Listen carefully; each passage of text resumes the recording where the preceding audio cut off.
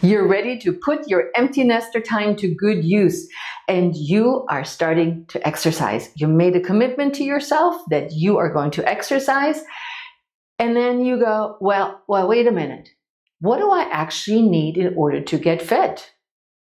I read this and that and the other, and just like I read the other day, somebody, whoever somebody is, said that 3 times a week for 30 minutes is all it takes to get fit.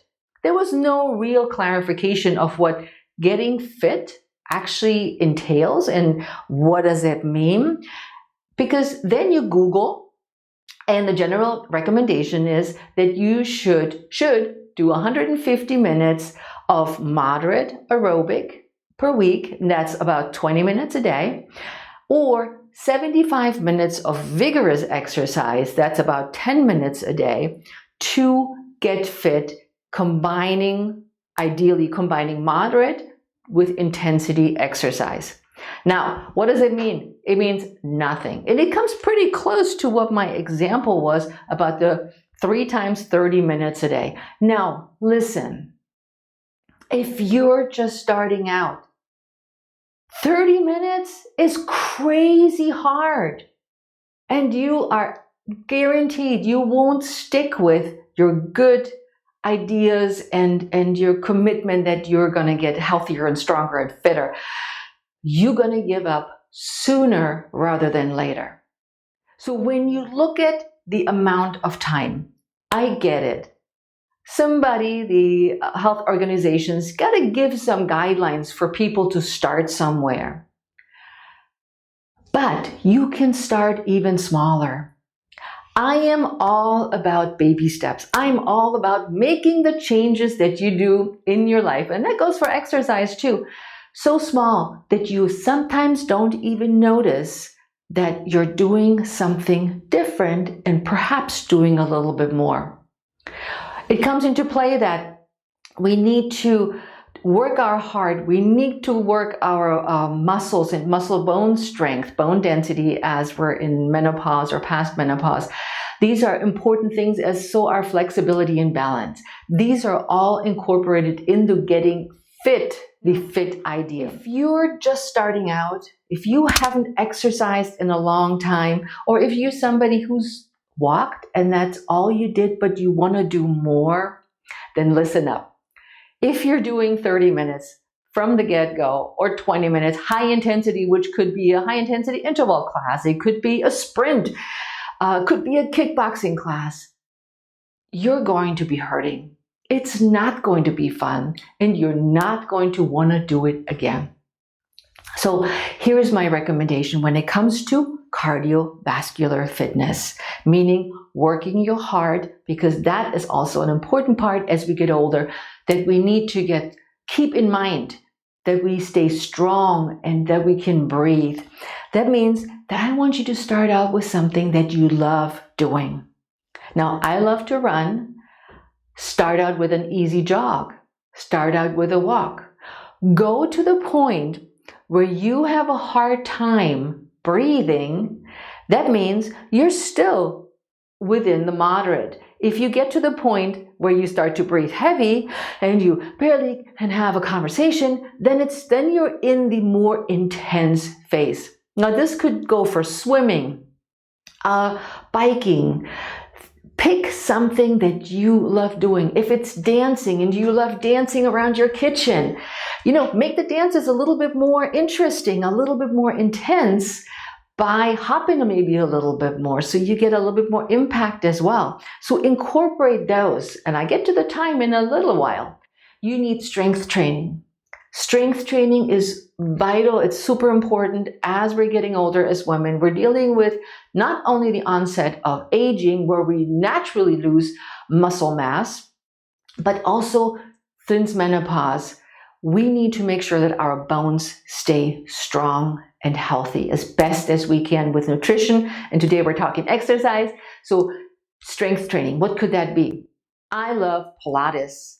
I do Pilates with bands. On the floor, I have equipment, which you may not have, but that's okay, because Pilates can be done without any part of equipment. And that increases your bone density and your strength. And Pilates is very cool, and very sneaky, because it's also increasing your balance, gets you better balance and more flexibility. So it's all combined into one. It's really fun, if you ask me. But you may have never done Pilates. So think of strength bands, those stretchy bands. Think of weights.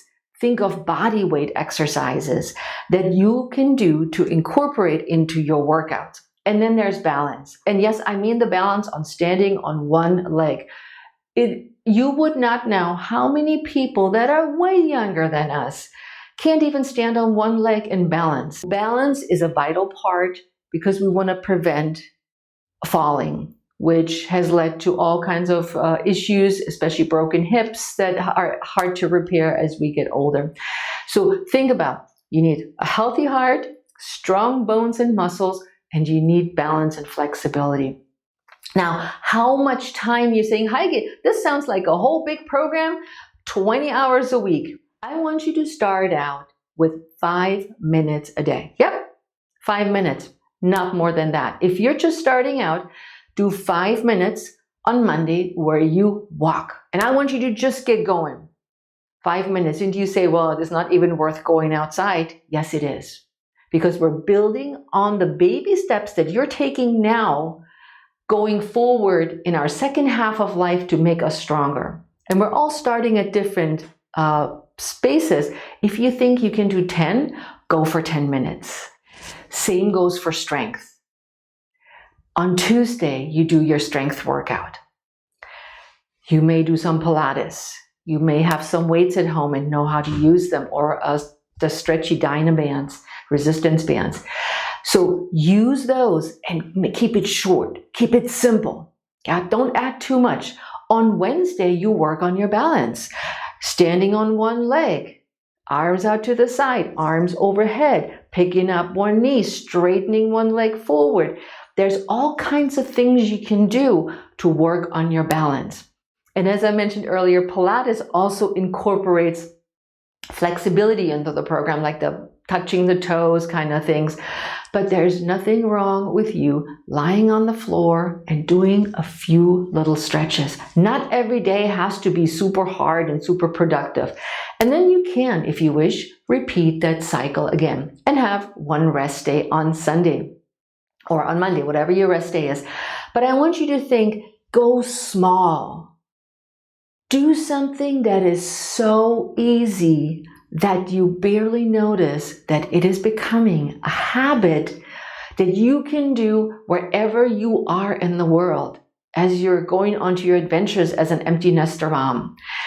So keep that in mind. If you have any questions, I'm here for you for questions and comments, and to help you get started with a little bit of nutrition, with a little bit of exercise, and also a little bit of mindset strategies. Grab my 5 for 50 Kickstarters for empty nester moms over 50 and start with baby steps that are sustainable. I'm Heike Yates, a fitness and nutrition coach for empty nester moms to help you thrive in your second half of life.